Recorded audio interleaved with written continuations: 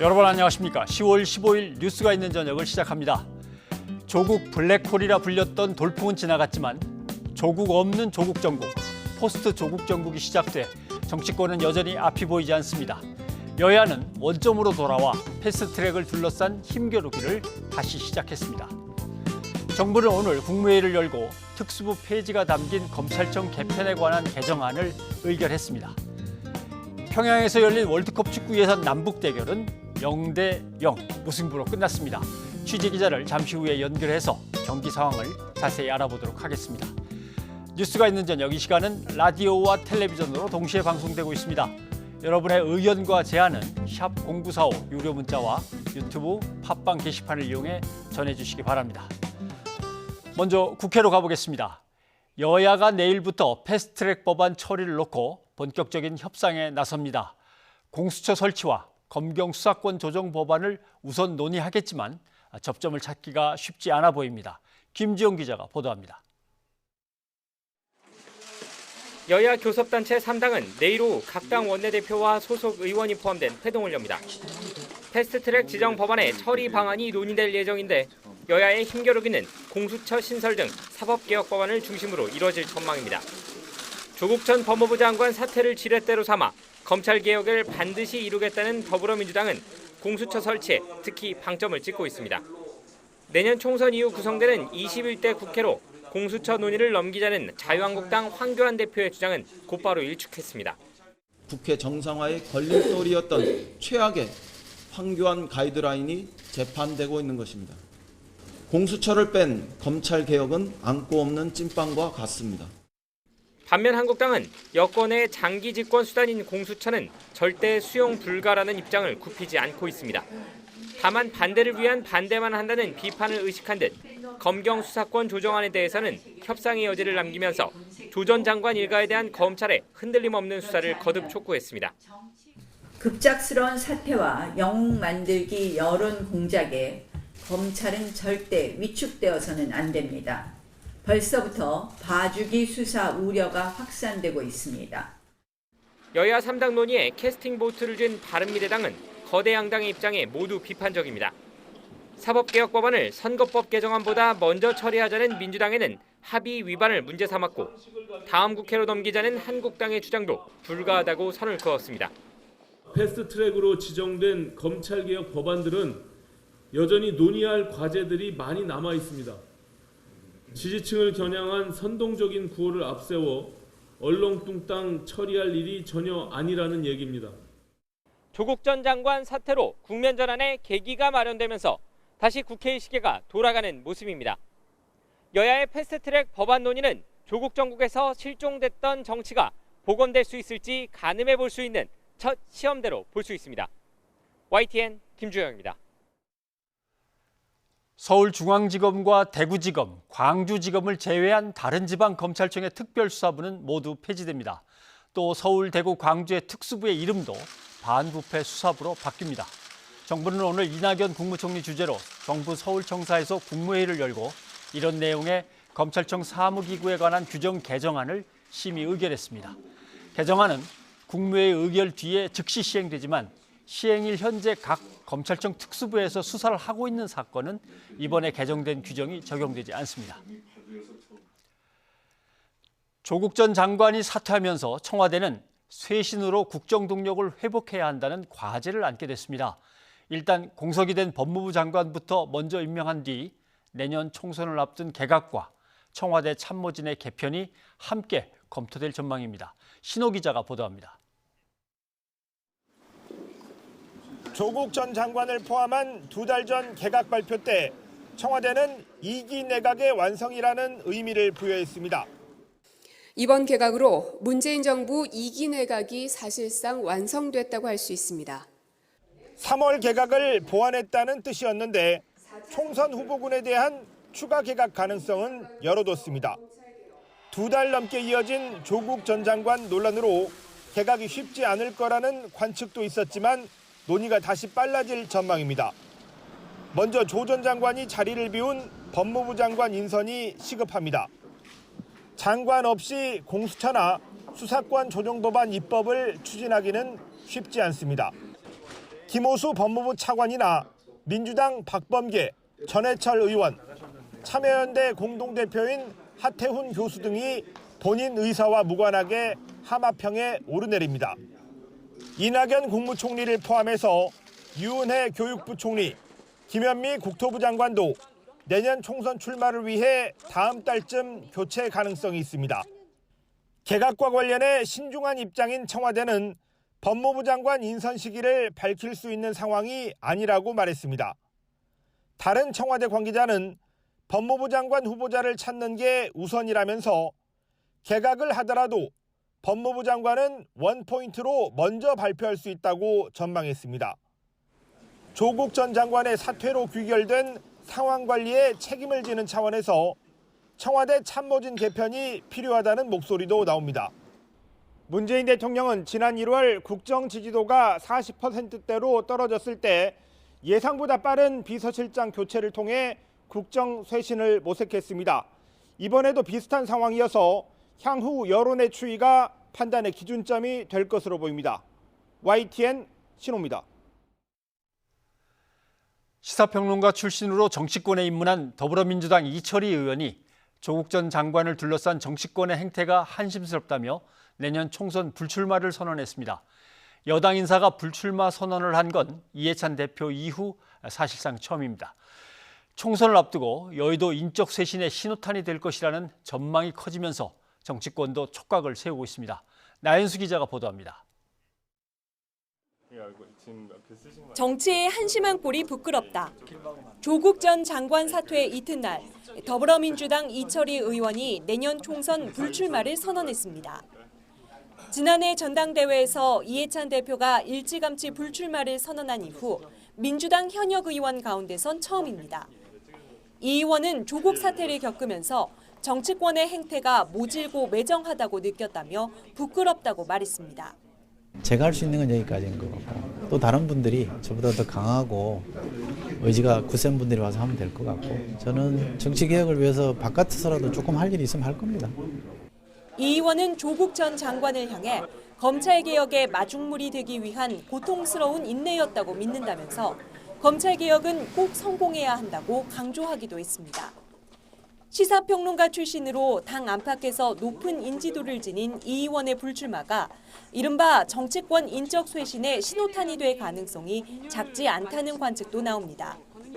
조 전 장관 사퇴 이후 국면 전환을 고심하고 있는 민주당은 검찰개혁과 민생행보에 주력하면서도 새 인물 찾기에 집중하겠다는 계획입니다. 이제는 정말로 국회가 조금 더 전향적으로 규제개혁과 한국경제의 활성화를 위해서 어려운 서민을 위한 일이고 자영업자와 중소기업을 위한 일입니다. 문 대통령 책임론을 전면에 내세우며 대여 공세의 고삐를 바짝 당기고 있는 자유한국당 역시 여의도 물갈이 바람에서 자유로울 수는 없습니다. 정권의 실정을 내세워 총선까지 정권 심판론으로 밀고 가겠다는 구상이지만 조국 사태와 같은 강력한 구호를 찾기 어려운 데다 당장 검찰의 국회 선진화법 관련 수사가 본격화되고 여당 주도의 패스트트랙 법안이 국회 본회의를 통과한다면 총선 판도를 장담할 수 없기 때문입니다. 21대 총선이 6개월 앞으로 다가왔습니다. 민심을 왜곡하고 외면하는 문재인 정권에 대한 심판의 날, 저지먼트 데이가 다가오고 있습니다. 갈라진 광장의 민심 속에서 조국 정국의 출구 앞에 놓인 정치권은 이제 갈 곳 잃은 중도층 표심을 움켜잡기 위한 인적 쇄신 경쟁에 뛰어들 것이란 전망이 우세합니다. 다만 물갈이 대상이 될 현역 의원들의 저항을 어떻게 돌파하느냐가 최대 관건이 될 것으로 보입니다. YTN 나연수입니다. 조국 전 장관 사퇴 이후에도 검찰개혁 법안들을 놓고 여야 간의 입장 차이가 큽니다. 더불어민주당의 검찰개혁특별위원회 공동위원장 이상민 의원을 먼저 전화로 연결해 보겠습니다. 이 의원님 안녕하십니까? 네, 안녕하세요. 네, 내일 2+2+2 회의를 연다고 들었습니다. 그러니까 각 당의 원내대표가 나오시고 원내대표가 또 다른 한 분과 함께 나와서 각 당마다 2명에서 6명이 모인다는 뜻이겠죠? 네네. 예. 그러면 일단 민주당에서는 법사위 간사인 송기현 의원이 들어가는 걸로 저희가 듣고 있습니다만 맞습니까? 예, 저도 그렇게 알고 있습니다. 네. 자유한국당이 패스트트랙 법안의 원점 논의를 주장하고 있는데 패스트트랙이라는 거는 논의를 하자는 뜻인데 원점 논의라는 건 어떻게 해석을 해야 됩니까? 글쎄요, 지금 패스트트랙은 시한을 정해놓고 그 법안에 대해서 협의를 해서 궁극적으로 이제 합의에 이르면 그 수정안으로서 표결을 하고, 만약에 합의에 이르지 못하면 그 패스트트랙에 올라가 있는 안을 최종적으로 전체 국회의원들이 표결을 해서 결정하겠다는 것이거든요. 예. 그러니까 뭐 당연히 만약에 그 자유한국당이 패스트트랙에 올라가 있는 형사소송법이나 공수처법 법안에 대해서 의견이 있으면 당연히 논의를 할 수 있는 거죠. 그러나 이걸 무한정 할 수 있는 건 아니고요. 이제 10월 29일부터 60일 내에 결론을 내야 됩니다. 예. 알겠습니다. 지금 민주당은 검찰개혁 법안을 먼저 처리하자고 말씀을 하고 계신 거죠? 네, 그렇습니다. 근데 이게 맨 처음에 패스트트랙에 올릴 때는 선거법 개정안이 먼저 아니었습니까? 그때하고 바뀌게 된 사연은 어떻게 되는 겁니까? 예, 그때하고 사정이 좀 많이 달라진 것은 뭐냐면, 지금 이제 총선을 코앞에 두고 사실은 매우 유동적인 상황 아니겠습니까? 예. 그러면은 어려운 문제와 쉬운 문제가 섞여 있을 때는 우선 쉬운 문제부터 빨리 풀고 이를 처리하는 것이 맞겠다고 생각되는 겁니다. 잘못하면 어려운 것까지 다 부둥켜 안고 있다가 다 쉬운 것조차도 못하는 그런 어리석은 그런 짓을 벌일 수 있으니까 예. 사법개혁에 대해서는 특히 수사권 조정에 대해서는 어느 정도 의견의 컨센서스가 이루어져 있고 공수처법도 야당이 걱정하는 건 본질적으로 반대하는 게 아니라 뭐 정권의 앞잡이가 되는 야당 탄압용으로 악용될 우려가 있다 이런 점이니까 이런 것들은 그 우려를 좀 해소할 수 있는 제도적 장치를 보완하면 될 일이라고 생각되거든요. 그러면 사법개혁에 관한 법안은 이미 많이 숙성되어 있고 이에 대해서 합의에 이룰 수 있으면 빨리 통과시키는 것이 쉬운 문제부터 통과되도록 하자는 그 원칙에 맞다라고 생각되고요. 만약에 지금 이거를 자칫 미루다가 이 사법개혁안 법안까지도 제대로 하지 못하는 또 처리하지 못하는 그래서 표류 좌초를 겪는 일이 없도록 하기 위해서입니다. 네, 알겠습니다. 그런데 일단 한국당의 벽을 넘으려면 바른미래당의 협조를 구하셔야 될 텐데 바른미래당은 약속대로 선거법 개정안을 먼저 하자는 거 아닙니까? 이거 어떻게 설득을 하시겠습니까? 저희는 이제 사법개혁안에 관한 그 국민들의 특히 검찰개혁에 대해서 국민적 요구가 아주 강력하기 때문에 국민의 요구를 생각하면 야당들도 외면할 수는 없을 겁니다. 지금은 아마 처음에 당초에 합의된 대로 선거제도에 관한 그런 것까지도 하자고 하지만 이 또한 그 합의에 이르기는 더더욱 어려운 점이 있기 때문에 우선 사법개혁에 대해서 의견의 일치를 볼 수 있는 부분에 한해서는 저는 빨리 그 합의를 이뤄서 통과시키도록 하면은 국민들의 요구에 부응할 수 있겠다 이런 생각이고 야당도 그런 상황을 인지하고 있을 거라고 생각됩니다. 네. 지금 상임위도 있고 법사위 심사도 거쳐야 되는 것이고 여러 가지 절차들이 있는데 이 절차들을 감안하면 관련 법안들의 논의 일정이 어떻게 됩니까? 이거는 지금 당초에는 사법개혁특위에서 다루다가요. 사법개혁특위에서 패스트트랙에 올려놨고 다만 이제 구체적인 협상에 대해서는 이제 법사위로 옮겨가 있습니다. 그리고 이제 법사위에서 이 패스트트랙에 올라간 안을 가지고 협상을 하면 될 일이고 이거는 이제 10월 29일부터 60일 내에 본회의에 그 법사위에서 이제 처리를 해야 될 일입니다. 아니 본회의에서 처리를 해야 될 일입니다. 알겠습니다. 오늘 도움 말씀 고맙습니다. 네, 감사합니다. 이번에는 바른미래당의 최이배 의원이 연결되어 있는데 최이배 의원과 한번 얘기를 나눠보겠습니다. 최 의원님. 예, 안녕하세요. 바른미래당 최이배입니다. 민주당은 검찰개혁 법안의 우선 처리를 좀 부탁하고 있는데 전혀 받아들일 수가 없는 문제입니까? 저희가 4월 달에 패스트트랙 그 신속 처리 안건으로 지정을 하면서 이 지경까지 이제 이르렀는데 그때 4월 합의에 보면은 명확하게 정치개혁 검찰개혁법, 즉 선거법을 표결한 후에 검찰개혁법을 표결하자고 했습니다. 근데 당시에 그렇게 했던 이유는요. 예. 이 선거법 개혁에 그 적극적이지 않은 민주당이 결국 자신들의 그 기득권을 지키기 위해서 선거법에 표결해서 반대를 해가지고 부결시킬 수 있는 가능성이 있기 때문에 예. 선거법부터 표결하자고 했던 겁니다.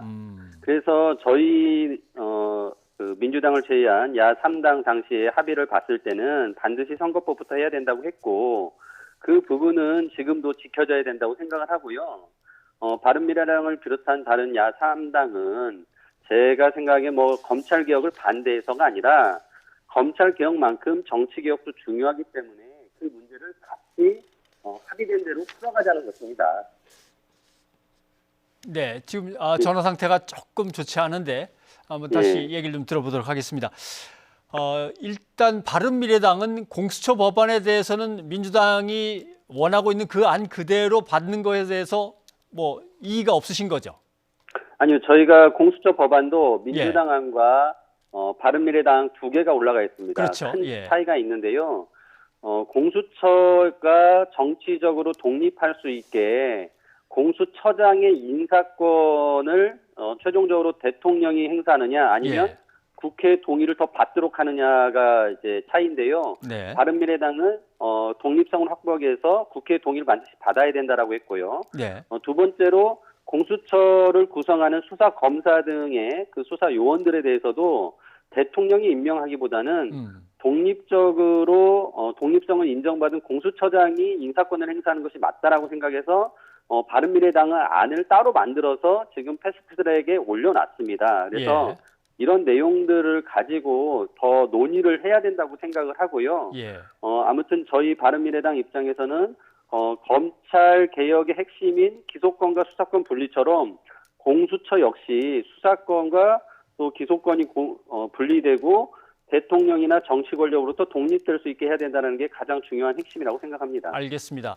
역시 민주당은 과대한 비만한 검찰의 권력을 축소하는 문제를 걱정하는 것 같고 한국당은 그게 결국 대통령의 공수처가 되면 안 되지 않냐라고 하는데 그 점에서는 공수처가 좀 더 정치적으로 독립되도록 장치를 해야 된다고 생각하고 계시는 거군요. 예, 맞습니다. 네, 알겠습니다. 그런데 민주당, 그다음에 바른미래당, 정의당, 당시 민주평화당, 여야 4당이 이 문제를 함께 합의했던 문제이기 때문에 그 전에 여야 4당이 다시 한번 만날 필요가 있습니까? 이거는 아마 정의당에서 내놓은 의견 같은데. 제가 생각에는 이제 패스트트랙을 태웠던 이유 중에 하나가 이제 한국당이 비협조 때문에 그랬던 겁니다. 네. 그러면서 그때 명분은 이후에 법안의 본회의 상정을 이미 결정해 놓은 상황에서 이제 날짜가 되면은 본회의 상정할 수밖에 없지 않습니까? 예. 그 상황에서 어떻게든 한국당을 끌어들여서 같이 선거법이든 검찰개혁법이든 다 같이 논의를 하게 만들자는 취지였습니다. 따라서 지금 상황에서는 뭐 아까 앞에서 인터뷰에서도 나왔는데 한국당과 바른미래당 그다음에 이제 민주당이 같이 2+2+2의 형태로 이제 협상을 진행할 것이기 때문에 그 국회 논의체가 제대로 운영이 되어야 되고요. 특히나 국회의장과 당대표들이 모여서 정치협상 회의체를 구성하지 않았습니까? 네. 여기에서도 선거법과 검찰개혁법을 모두 잘 논의하자라고 협의를 했기 때문에 아무튼 국회 교섭단체들이 모여서 제대로 논의를 이끌어가면 좋겠습니다. 네. 조국 전 장관이 내놓은 안대로 일부 검찰 개혁이 추진됐습니다만 나름대로 어떻게 평가하십니까? 이번에 이제 법무부와 검찰이 경쟁적으로 서로 개혁안을 내놓으면서 상당히 이제 뭔가 진행이 많이 되는 것 같이 느껴지는데요. 거기에 나온 내용들은 대부분 이미 나왔던 것들입니다. 상당히 그 기존에 발표된 것도 있었고요.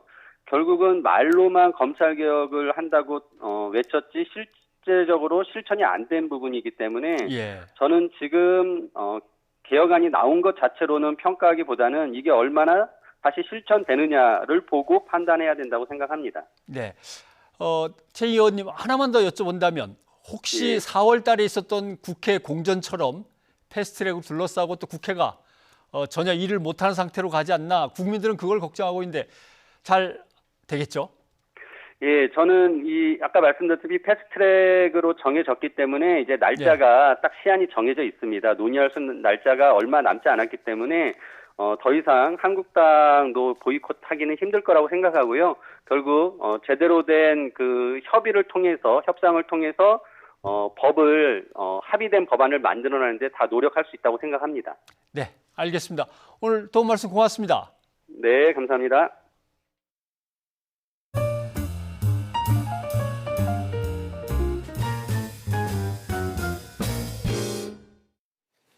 벤투 감독이 이끄는 축구대표팀이 29년 만에 평양 원정 경기에서 0대0 무승부를 기록했습니다.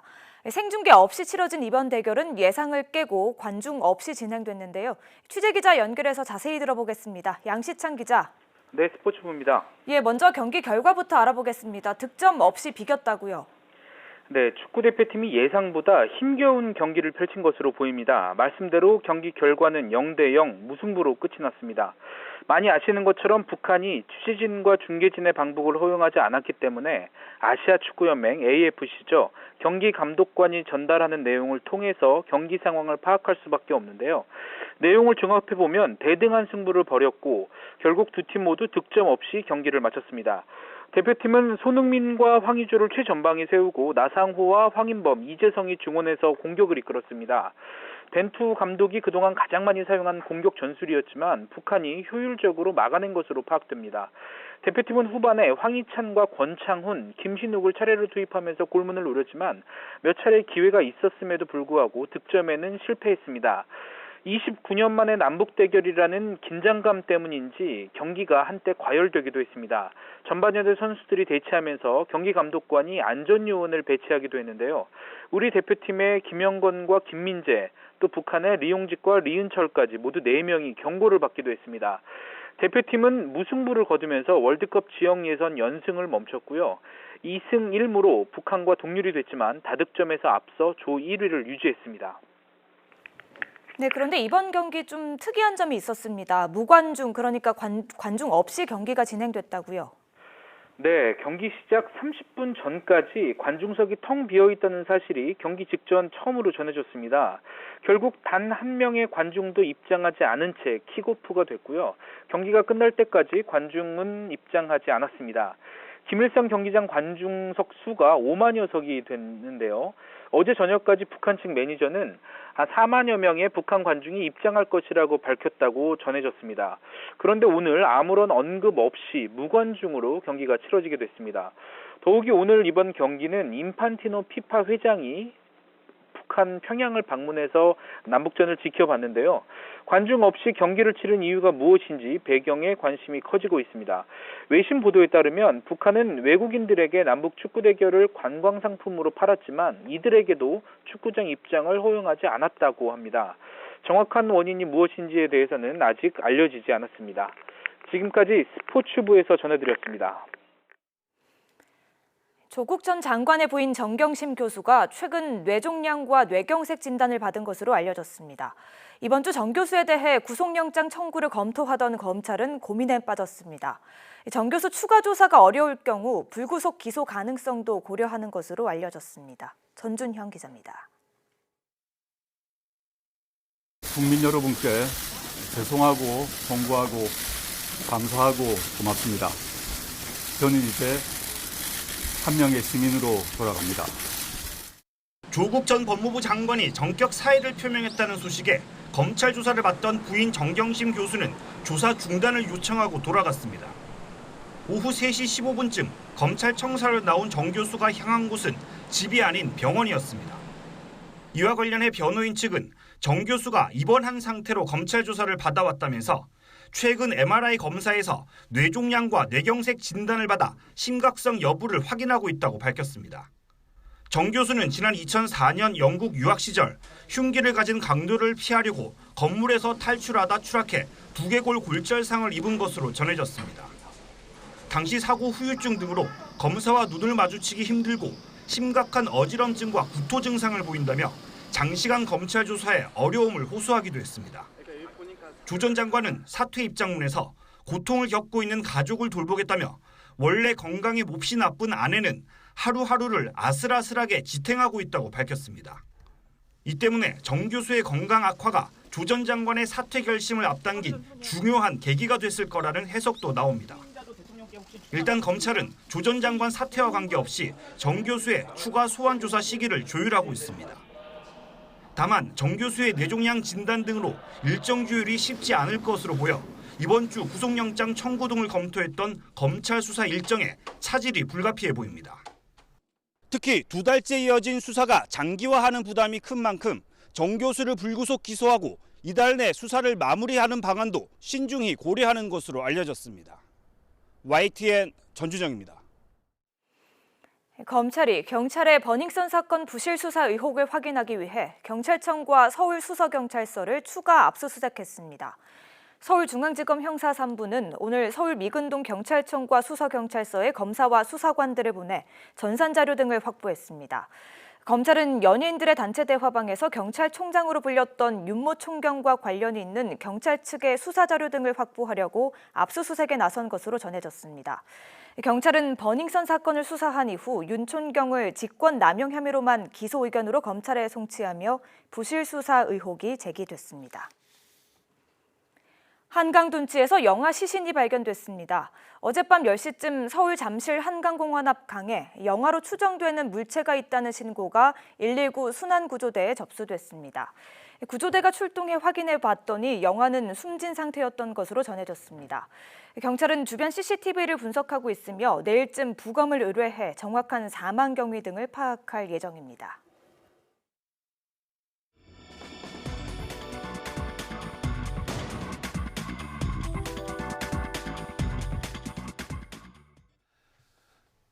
브리핑 있는 저녁입니다. 이현아 기자와 함께합니다. 어서 오십시오. 안녕하십니까? 예.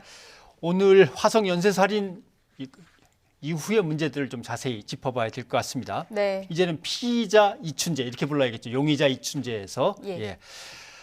화성 사건이 1차부터 일단 10차까지로 쭉 이어집니다. 네. 그중에 기억나는 거는 3, 4, 5, 7, 9는 이제 이춘재 것으로 어느 정도 확인이 되어가고 있는 거라고 보고 근데 14건으로 범죄를 잡는단 말이죠. 화성에 1차부터 10차까지 말고 여죄로 나온 4건. 예, 이제 그렇습니다. 이 진상이 이제 오늘 경찰에 의해서 조금씩 밝혀지고 있는 거죠. 맞습니다. 그 경찰이 이춘재가 이 화성 사건 외에 4건에 대해서 이제 살인 사건 자백을 했다라고 밝혔는데 그 구체적인 내용을 오늘 처음으로 공개를 했습니다.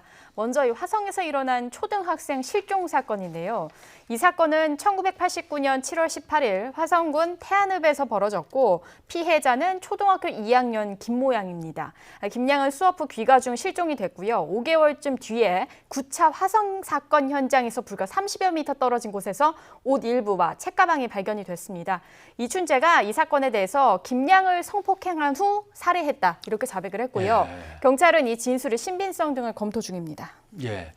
그러니까 단순 실종 사건으로 종결을 지어버렸는데 바로 그 지점에서 9차 사건이 벌어지면서 이 사건도 뭔가 문제가 있다고 했던 사건이죠. 그렇죠. 그리고 사실 이 사건 관련해서 좀 추가로 중요한 부분을 말씀을 드리면요. 당시 김양의 아버지가 2차례나 경찰 수사를 요청을 했었는데 묵살당했습니다. 그리고 심지어 이춘재가 용의선상에 올라가지도 않은 채 이 사건은 그냥 단순 실종 사건으로 종결 처리가 됐습니다.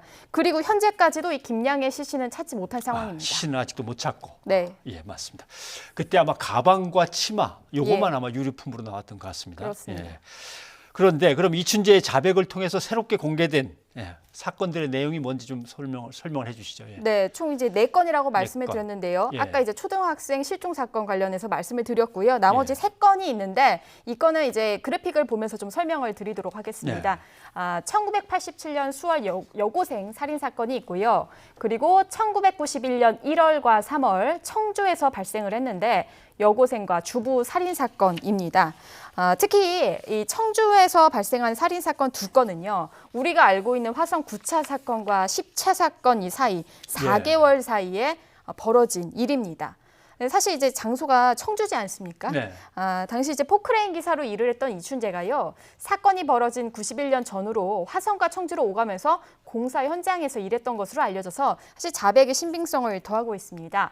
그리고 경찰은 이춘재가 새로운 범행 4건에 대한 자백을 할 때도 모두 그림을 그리며 진행됐다 이렇게 설명을 했고요. 그리고 또 이들 사건 피해자의 속옷으로 재갈을 물리거나 손을 결박한 점 등도 범행 수법에 공통점이 많습니다. 그러면 결국 몇 가지 사건에서 네. 어떤 확증들이 하나씩 나오기 때문에 그저 용의자에서 이제는 이제 피의자로 예. 이제 넘어갔습니다. 그러면 경찰의 앞으로의 수사는 어떻게 됩니까? 일단 경찰 말씀하신 대로 이제 피의자 이춘재에 대해서 DNA 증거가 확보된 화성 사건 예. 3, 4, 5, 7, 9차에 대해서 우선 혐의 적용을 해서 피의자로 입건을 시켰는데요. 경찰은 나머지 사건에 대해서도 수사를 계속 지속해서 이춘재에 대한 그 추가 입건을 할 계획이다 이렇게 밝혔습니다. 오늘 브리핑에서도요. 경찰은 이춘재의 자백이 임의성과 신빙성이 높고 현장 상황과도 상당히 부합한다고 판단한다. 이렇게 밝힌 만큼요. 앞으로 이제 이춘재의 자백에 상당한 무게를 두고 증거물 감정 등 추가 수사를 이어갈 것으로 보입니다. 또 이 화성 사건 공소시효 만료로요. 예. 사실 이 피의자 이춘재에 대한 처벌은 불가능한 상황이지만 신상 공개 가능성에 대해서 적극적으로 검토할 것으로 보입니다. 앞서 경찰이 이춘재를 입건하기 전에 사실 뭐 법조계 등 전문가 내부적인 논의가 있었고 찬반 의견이 오갔었습니다. 예. 근데 결론적으로 이춘재를 입건해서 피의자 신분으로 전환시키니 결정에 대해서는 사실 이번 수사가 처벌보다는 장기 미제 사건에 대한 실체적 진실 규명에 무게를 둔 것이다. 이렇게 경찰은 설명했습니다. 네. 자, 그렇다면 이제 화성 8차 사건에 대해서는 경찰 수사가 어떻게 진행이 되고 있는 겁니까? 네, 일단 경찰은 이춘재의 자백 신빙성에 대해서 집중 조사를 진행하고 있고요. 당시 진범으로 검거됐던 윤 씨에 대한 조사, 그리고 이 사건 관계자 등 이제 수사 범위를 확대하고 있습니다. 경찰은 오늘 역시 이제 브리핑에서요, 8차 사건 관련해서 국가수 증거물 감정이 진행 중이고 수사와 감정 결과를 토대로 해서 이춘재의 추가 입건 여부를 신중하게 검토하겠다 이렇게 입장을 밝혔습니다. 또 8차 사건 쟁점 중 하나가요, 바로 이제 윤 씨의 고문으로 인한 그 허위 자백 부분인데 이 부분에 대한 조사 진행 상황도 밝혔습니다. 경찰이 당시 수사 관계자를 조사한 결과 고문할 필요는 없었지만 심야 조사는 진행됐다는 진술을 확인했다 이렇게 밝혔습니다. 네. 그러면 진범으로 지목을 받아서 억울하게 20여 년간의 옥살이를 했던 윤 씨 재심을 청구한다 그랬는데 재심 준비는 어떻게 돼가고 있는 겁니까? 예, 일단 이 사건 재심 변호 맡은 박준영 변호사가요. 빠르면 올해 안에 재심 신청이 가능할 것이다. 이렇게 밝혀서요. 재심 절차를 서두르고 있는 모양새입니다. 박 변호사가 오늘 경기남부지방경찰청을 방문해서 관련 수사 기록에 대한 정보 공개를 청구했습니다. 이 내용으로 좀 말씀을 드리면은 그 윤 씨 체포 과정과 뭐 진술 그리고 현장 검증 조서 등 사실 사건 관련 모든 기록입니다. 하지만 이에 대해서 경찰이 입장을 밝혔습니다. 정보 공개 요청 접수 사실은 확인을 했다. 그런데 수사 진행 중인 상태에서 수사 기록 사본에 대한 뭐 등사 요청 등은 사실 적절하지 않다고 본다라는 입장을 밝혔는데요. 그러니까 뭐 쉽게 얘기하면은 사실상 정보 공개가 어렵다. 뭐 이런 얘기입니다. 근데 이 사건 약간 특이하다고 박준영 변호사가 보는 것 중 하나는 뭐냐면 이 검찰로 송치된 원본 주요 증거는 보존기간 만료로 폐기가 됐습니다.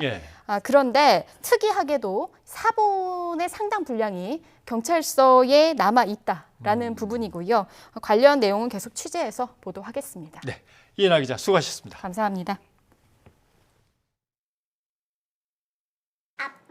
엄마가 콘덴싱으로 바꿀 거래. 아니, 그런 법이 어딨어. 그런 법 있거든. 경동나비엔이 시작한 콘덴싱. 이제 우리 모두의 콘덴싱이 되었습니다. 경동나비엔 음주 전용 스킬에서 시작 808 해외 수출 808 정말 좋아요 여명 808 신제품 여명천사. 여명천사? 정말 좋아요. Run to the battle, run to the end. They come for you. Live your dream. Stinger. 신용을 지키지 않는 사람들로 빛을 잃어가는 우리의 사회. 고려 신용정보가 밝히겠습니다. 당신의 희망찬 미래를 위해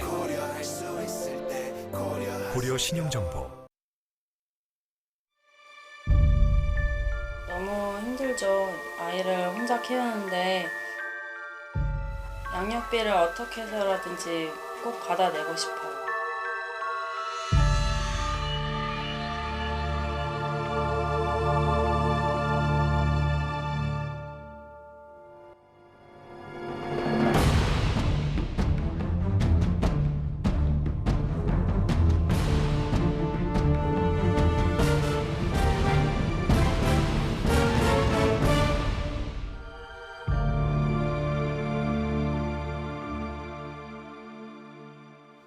달라서도 자녀의 양육은 공동의 책임. 하지만 한부모 18은 양육비를 전혀 받지 못하고 있다는데요. 양육비 미지급으로 고통받고 있는 한부모 가정의 실태를 오늘 소통이 있는 저녁에서 짚어보도록 하겠습니다.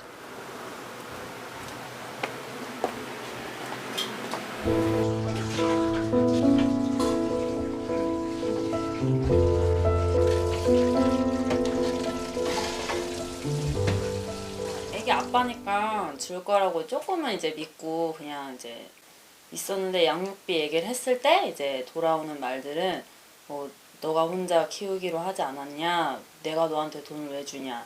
네가 어디다 쓸 줄 알고 내가 너한테 돈을 주냐? 이런 얘기를 하더라고요. 그래서 지금까지 한 푼도 못 받았어요. 애기가 점점 커가면서 학원비나 뭐 이런 것도 이제 점점 많이 들더라고요. 이제 되게 버거울 때가 많아요. 혼자서 이제 헤쳐나가야 한다는 게. 그럼 법의 도움을 받으려고는 해보셨어요? 근데 연락을 이제 끊거나 안 받거나 이제 뭐 자기 재산을 이렇게 돌려놨을 때는 이제 뭐 받기 되게 힘든 것 같더라고요. 법적으로 뭘 이렇게 어려울 것 같아요.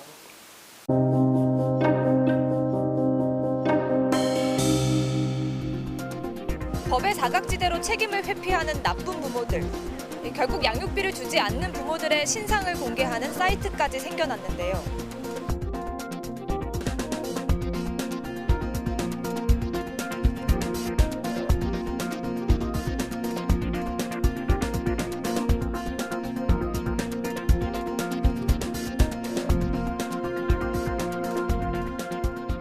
현재 한국에 양육비 피해 아동이 100만입니다. 이거는 법이 제대로 작동을 안 하고 있다는 거잖아요. 그죠? 양육비에 관해서는. 자, 이 문제를 푸는 방법은 예전에 그 코피노 아빠 찾기 사이트처럼 양육비를 지급하지 않는 사람들을 신상 공개하는 거 말고는 답이 없다. 이라고 시작을 한 거예요. 배드파더스 사이트에 지금 몇 명의 신상이 공개가 되어 있나요? 지금은 한 약 90명 정도 공개되어 있는 것 같습니다. 현재까지 그 공식적으로는 108명이 됐고요.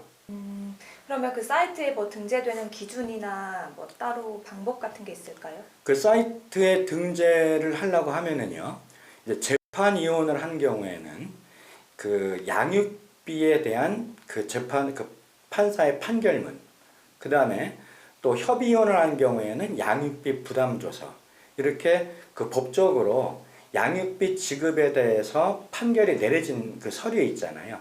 그 서류를 갖다가 반드시 확인해 갖고서 그래갖고 올립니다. 사이트에 신상이 공개된 사람들이 선생님을 고소했다고 들었거든요. 예. 그 재판이 뭐 어떻게 이루어지고 있나요? 원래는 이제 현재까지 제가 고소된 사례가 지금 한 17건 정도 되는 것 같아요. 그 수원검찰청에서 6건은 검사가 벌금 300만 원의 약식 기소를 했습니다. 그런데 보통은 이제 이렇게 약식 기소하게 되면 그 벌금액이 그냥 거의 뭐 99% 확정이 되는데, 그 판사가 이거는 재판을 해볼 필요가 있다, 이렇게 해서 판사가 그 재판을 하는 걸로 직권으로 돌렸고요. 그 다음에 그 국민참여재판으로 재판이 진행될 것 같습니다.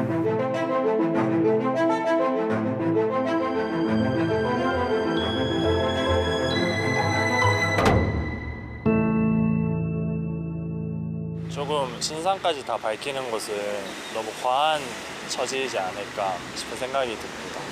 전부 다 밝히는 것보다는 그래도 가정 문제이다 보니까 가정 내에서 해결하는 편이 그래도 좋지 않을까 하는 생각이 있습니다.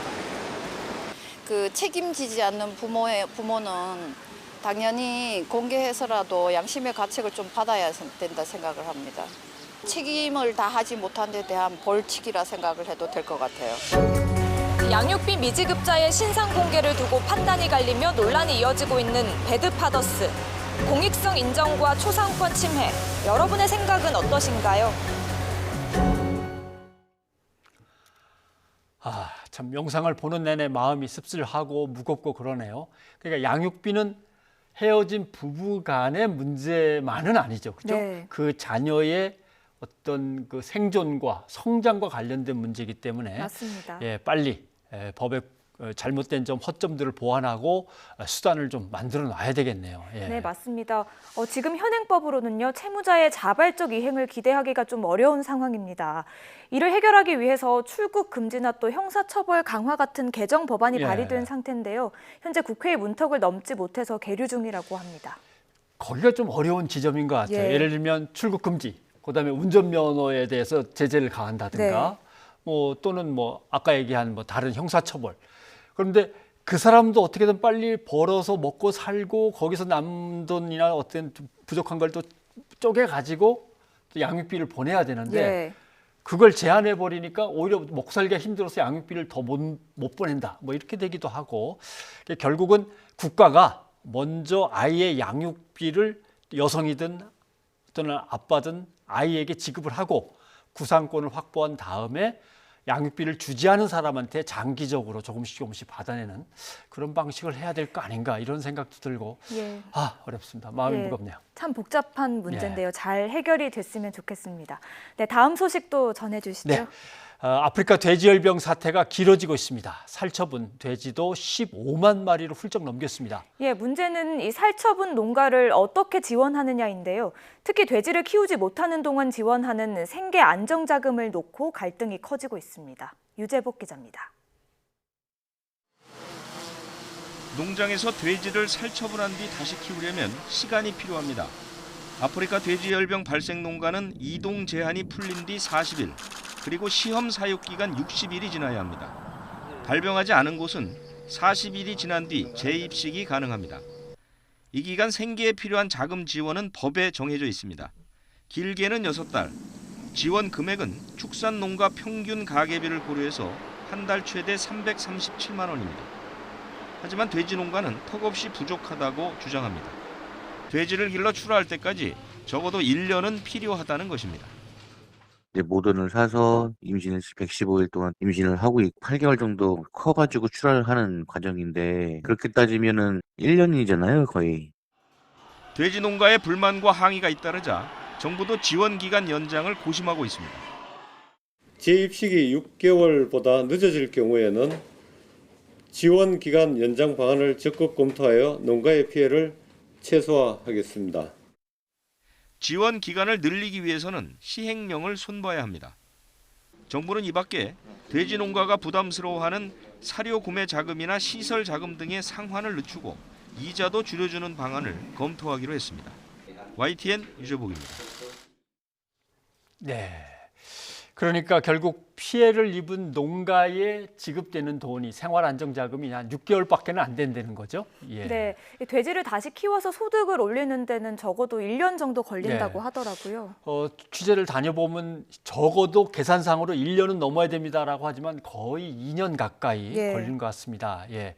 농민들이 또 나이가 많고 심적인 타격이 크면 그냥 주저앉아서 다시 일어서서 돼지를 다시 키울 만한 의욕을 내질 못하는 분들도 계시고 그러니까 결국 여러 차원의 지원책이 고루고루 마련돼야 된다. 그런 어려움이 있습니다. 네, 관련해서 하나 더 소식 알아볼까 하는데요. 최근 북한 접경 지역과 민통선 부근에서 발견된 야생 멧돼지 사체에서 아프리카 돼지열병 바이러스가 잇따라 확인됐습니다. 네, 야생 멧돼지가 유력한 감염 경로로 지금 떠오르고 있고 정부는 접경 지역에서 대대적인 야생 멧돼지 포획 작업에 나섰습니다. 임성호 기자가 보도합니다. 민통선 인근에 모인 엽사들이 총기를 꼼꼼히 손질합니다. 민통선 안에서 활보하는 야생 멧돼지들을 사살하기 위해서입니다. 민간 엽사들과 지자체, 군 병력이 포함된 합동 포획팀 900여 명이 전방 주요피와 민통선 일대에서 대대적으로 야생 멧돼지 포획에 나섰습니다. 최근 이 지역에서는 야생 멧돼지 폐사체에서 아프리카 돼지열병 ASF 바이러스가 잇따라 검출됐습니다. 이번 포획 조치가 실시되는 곳도 경기 파주와 강원도 화천, 연천 등 앞서 ASF가 발병했거나 향후 발생 가능성이 큰 접경 지역들입니다. 합동 포획팀은 주야를 가리지 않고 멧돼지를 포획해서 개체수를 줄일 방침입니다. 또 이미 ASF가 발생한 지역은 차단 시설을 설치하고 나서 포획팀을 투입해 야생 멧돼지의 이동을 막기로 했습니다. 정부는 이번 조치를 17일 오전 9시까지 48시간 동안 실시해 안전성과 효과성을 검토한 뒤 전면적으로 실행한다는 계획입니다. 군도 주요피 철책 이남부터 민통선 북쪽 일부 구간에 저격 요원을 배치해 야생 멧돼지를 사살하고 있습니다. 국방부 장관과 환경부 장관은 합동 포획팀 운영 기간 중 지역 주민과 군 장병의 안전을 최우선으로 고려할 것을 강조했습니다. 지금까지 집계된 ASF 확진 건수는 사육돼지 14건, 야생 멧돼지 6건입니다. ASF가 발병하고 한참이 지난 뒤에야 정부가 야생 멧돼지에 대한 뒷북 대응에 나섰다는 비판이 나오는 가운데 이번 포획 조치가 ASF 확산을 저지할 수 있을지 관심이 쏠리고 있습니다. YTN 임성호입니다. 네, 다음 소식으로 가보겠습니다. 학교 비정규직 임금교섭이 타결돼 노조원들이 단식 농성을 풀었습니다. 모레부터 이틀간 2차 총파업이 예고되면서 급식 대란이 걱정됐었는데요. 다행히도 피할 수 있게 됐습니다. 김종균 기자가 보도합니다. 학교 비정규직 노동자들이 임금교섭 잠정 타결 소식에 단식 농성을 풀었습니다. 17일, 18일 우려했던 2차 급식 대란도 피하게 됐습니다. 노조는 큰 틀의 합의를 실의로 지키고 공정임금 실현을 다음 과제로 나가고자 집단 단식을 해단하고 2차 총파업 중단 입장을 밝힌다. 양측은 기본급 1.8% 인상에 합의했습니다. 애초 5% 이상 기본급 인상을 주장하던 학교 비정규직 연대회의가 당국의 요구를 수용했습니다. 교통비는 6만 원에서 10만 원으로 올리되 기본급에 넣기로 결정했습니다. 막판까지 진통을 겪었던 근속수당은 현재 32,500원에서 올해 1,500원, 내년에 1,000원 올리기로 했습니다. 연대회의는 5,000원 인상, 당국은 동결하자고 주장하다 중간에서 접점을 찾았습니다. 회견에 앞서 농성장을 찾은 유원회 부총리 겸 교육부 장관은 이들을 위로했습니다. 이제 이런 악순환이 정말 반복되지 않도록 저희가 이제 이번에 범정부 차원의 공무직 관련한 노사정 협의체를 구성해서 그 협의체에 노사정이 합의안을 만들 수 있도록.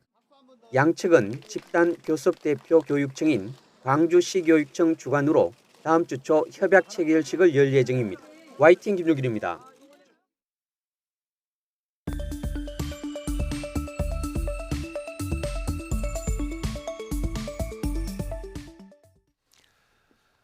어제 가수 겸 배우 설리 씨가 숨진 채로 발견됐다는 안타까운 소식 전해드렸습니다. 정확한 사인은 아직 밝혀지지 않았고요. 계속 조사가 진행 중입니다. 고 설리 씨가 평소에 악성 댓글로 우울증을 호소하며 힘들어했다는 사실도 알려졌습니다. 연예인의 사생활에 대한 악성 댓글의 문제, 오늘 문화평론가 하재근 씨와 함께 살펴보려고 합니다. 어서 오십시오. 안녕하세요. 예. 사망 소식이 알려진 지 이틀째입니다. 예. 워낙 당차 보이고 나답게 살아보겠다는 그런 소신 있는 태도도 보였기 때문에 예. 많은 호감을 사기도 했는데 사람들이 맨 처음에 서뜻 받아들이지도 못하고 슬퍼하더라고요. 예, 그러니까 이제 많은 분들의 충격을 받고 있고 그 연예계에서 특히 충격이 크거든요. 예. 그러니까 동료 연예인들이 지금 그 애도의 뜻을 표하고 있는데 뭐 구하라, 이상민, 공효진, 딘딘 씨라든가 수많은 연예인들이 지금 애도의 뜻을 표하고 있고 또 설리 씨가 생전에 FX라는 걸그룹의 네. 멤버였거든요. 예. 그 FX가 SM 엔터테인먼트 소속이었고 그래서 SM 엔터테인먼트 소속 가수들이 거의 스케줄을 중단하면서 예. 지금 애도의 뜻을 표하고 있고 방탄소년단도 리얼리티 영상을 공개할 예정이었는데 영상 공개를 미뤘고 그리고 이렇게 연예계 인사들뿐만이 아니라 일반 네티즌들도 설리 씨를 추모하면서 지금 설리 씨와 관련된 좀 부정적인 연관 검색어를 긍정적인 단어들로 바꿔주자 이렇게 긍정적인 단어를 연결해서 예. 검색하는 그런 운동이 펼쳐지고 있습니다.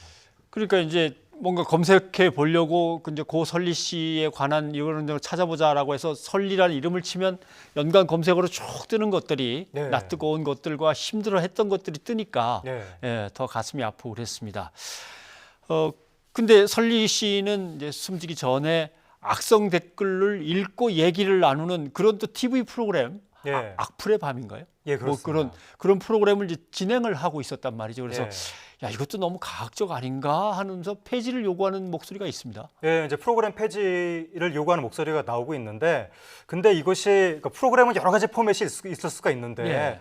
사실 다양한 프로그램 중에 또 악플을 다루는 프로그램도 있을 수가 있는 것이고, 예. 그래서 당위적으로 이런 프로그램은 폐지해야 된다 이렇게 주장하는 것은 조금 너무 심할 수 있는데, 다만 이런 프로그램을 통해서 악플의 심각성을 우리가 좀 이렇게 경시할 수 있도록 너무 악플을 희화화해서 다루는 건 주의를 해야 되겠다. 예. 그러니까 이런 논의는 할 필요가 있는 것인데, 그러니까 이런 당위적으로 폐지해야 된다, 뭐 하지 말아야 된다 이런 당위적인 논의 이전에 현실적으로 어쩌면 이 프로그램을 유지하기가 힘들어질 가능성은 있어 보입니다. 그러니까 지금 그 설리 씨 사인이 아직 완전히 밝혀지지 않았는데, 만약에 사인이 이제 극단적인 선택으로 밝혀지고 그게 악플로 인한 우울증이 원인으로 밝혀진다면 악플을 다룬 프로그램의 출연자가 악플 때문에 극단적인 선택을 했다. 이런 식으로 만약에 사실관계가 정리가 된다면 이 프로그램의 동력이 상당 부분 사라지지 않겠는가, 그런 걸 예측할 수 있는데, 뭐 정확한 사실관계는 좀 더 지켜봐야 될 것 같습니다. 예,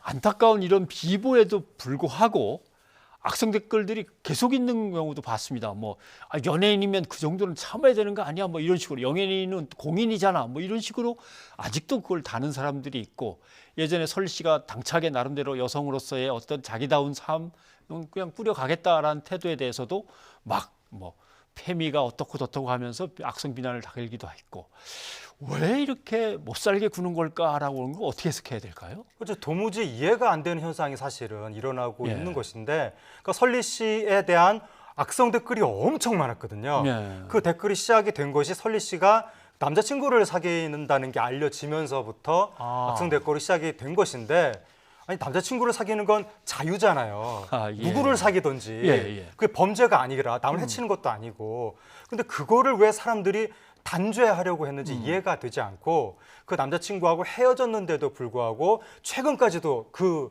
커플에 대한 악성 댓글이 이어졌었고, 예. 그다음에 설리 씨가 SNS에 어떤 자신의 뭐 좀 이 일상생활 모습을 좀 자극적인 사진이긴 했지만 그런 걸 올렸는데, 그러니까 그런 모습을 보고 좋아하거나 싫어하거나는 각자의 자유인데, 싫어하는 차원을 뛰어넘어서 이것은 악이다, 잘못이다, 단죄해야 된다 이런 식으로 쫓아다니면서 공격을 집단적으로 공격 행위를 한 거, 예. 이거 정말 이해가 되지 않는 것인데, 왜 사람들이 이렇게 타인의 어떤 생활의 모습에 대해서 누굴 사귀었는지 어떤 사진을 올리는지 여기에 대해서 자꾸 단죄를 하려고 하는지, 특히 연예인은 그래도 된다고 생각하는 거예요. 아하. 연예인이라면 평소에 대중한테 뭐 사랑을 받는 존재니까 뭐 내가 악플을 써도 되는 거 아니냐 이렇게 생각하는 심리가 있는데, 절대로 그래서는 안 되고, 이게 나는 악플 한 줄 쓰는 거지만 수많은 사람들이 비슷한 한 줄씩 쓰면 그게 결국 사람한테 엄청난 상처로 남게 된다. 예. 이걸 반드시 깨달아야 되는 것이고, 그리고 타인의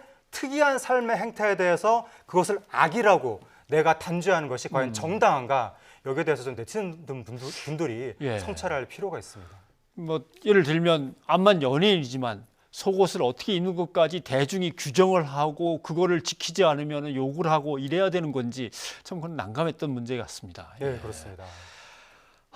그런데 문제는 우리의 곁을 떠난 이 설리 씨 말고 그동안도 많은 연예인들이 이런 고통을 겪으면서 그냥 지내왔던 거 아니겠습니까? 예, 그러니까 설리 씨 말고 또 걸그룹 멤버였던 구하라 씨도 극단적인 선택을 했었는데, 구하라 씨를 향한 악플도 굉장히 많았거든요. 예. 그 이외에도 유사한 사례가 많아서 그 연예인들이 왜 자꾸 이럴 피해를 당해야 하는가라는 또 그 이 연예계 관련자들의 공분이 나타나고 있고, 특히 문제가 되는 게 아이돌들이 문제가 되고 있거든요. 아이돌, 예. 그러니까 아이돌들한테 대중이 갖고 있는 기대가 있는데, 예. 특히 여성 아이돌, 걸그룹 출신. 그러니까 걸그룹 출신은 뭐 항상 사랑스럽고 뭐 순수하고 귀여워야 된다라고 하는 그 대중의 고정관념이 있어서 거기에서 벗어날 경우에 마치 범죄를 저지른 것처럼 공격을 하는 거예요. 예. 이거 상당히 심각한 문제가 있는 것이고, 그다음에 그 아이돌이 작은 실수라도 했을 때, 예를 들어서 뭐 시사회를 했는데 30분 동안 지각했다.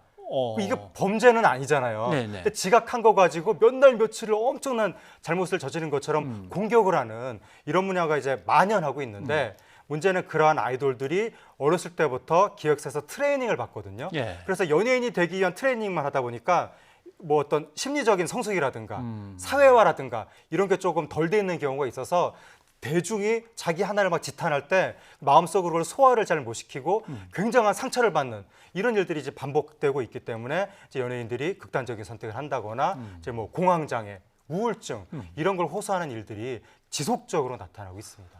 아까 말씀하신 대로 뭔가 나름대로 인기가 유지되는데 남자친구를 사귄 이후부터 갑자기 공격 같은 것들이 많아졌다 그러면 정말 예쁘고 사랑스러운 이미지로 대중한테 나타났는데 연애는 절대 하면 안 되는 뭐 이런 사람들한테 이상한 굴레를 씌우기도 하는 그런 상황이 돼버리니까 참 황당하기도 합니다. 네, 그러니까 이제 우리나라 네티즌들이 연예인한테 아까 공인이라는 단어도 쓰셨는데 네. 자꾸 공인이라고 하면서 그러니까 공인이라는 거는 좁게 얘기하면 이제 공직자가 공인이고 그렇죠. 예. 뭐 권력이 있고 사회적인 모범도 보여야 되고 이런 분들이 공인이고 연예인들은 유명한 존재, 엔터테이너, 즐거움을 주는 존재, 끼가 있고 이런 존재인데 연예인한테 공인이라고 하면서 사회 지도층이나 권력자보다도 더 연예인이 예. 모범적인 삶을 보일 것을 요구하는 이런 행태는 예. 사실 외국에는 없거든요. 예. 우리나라에 좀 너무 과도한 것이 아닌가. 뭐 이제 언론에 종사하다 보니까 공인 문제를 이제 논의하기도 합니다만은 연예인들의 뭐 엄청난 톱스타라면 늘 공인일 수는 있는데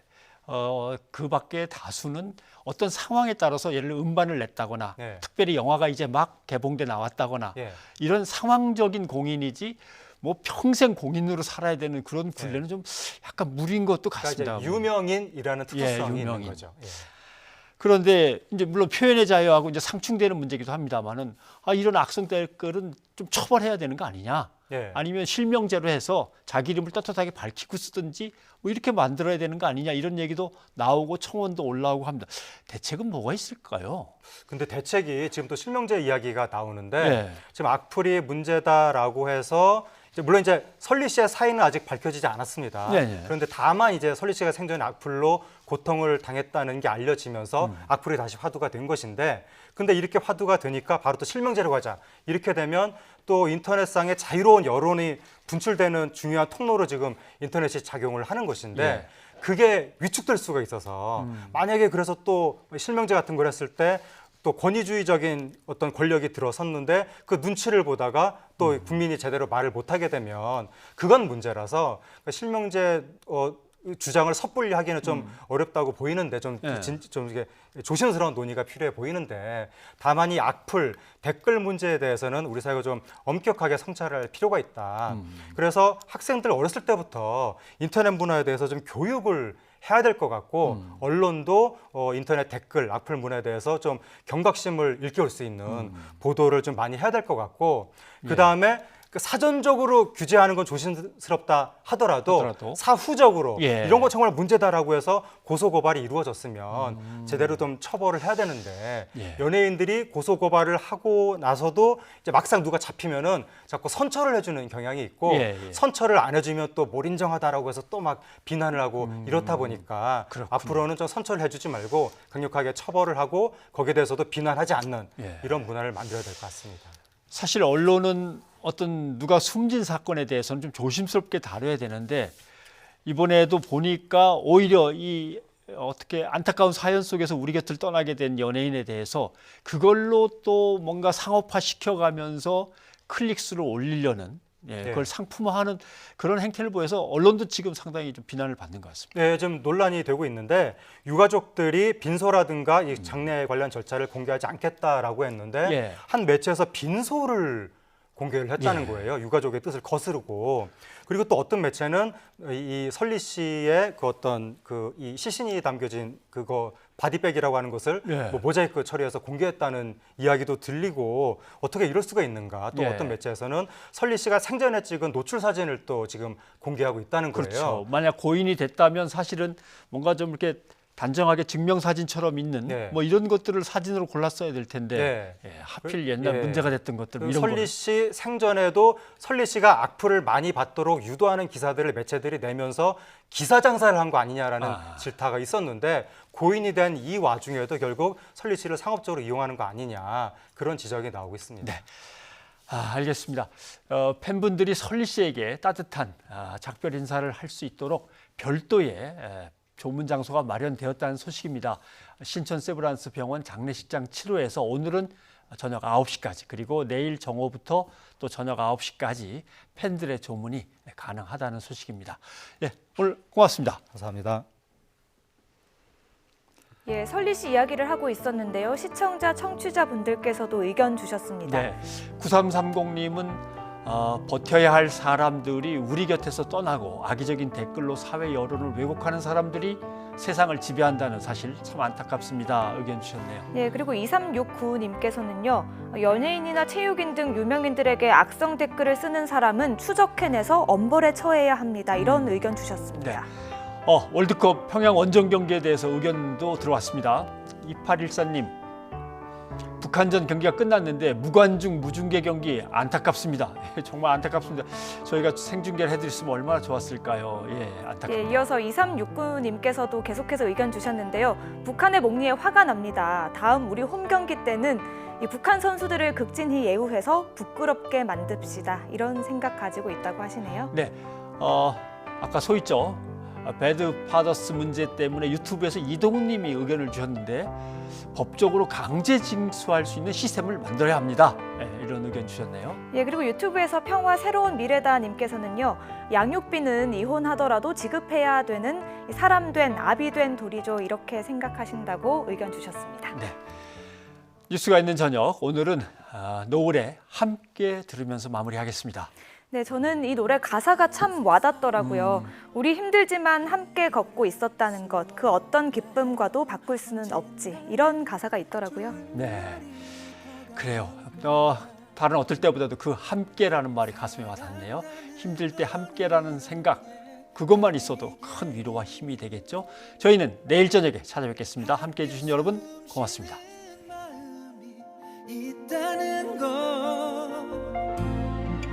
그것만큼 든든한 벽은 없을 것 같아. 그 수많은 시련을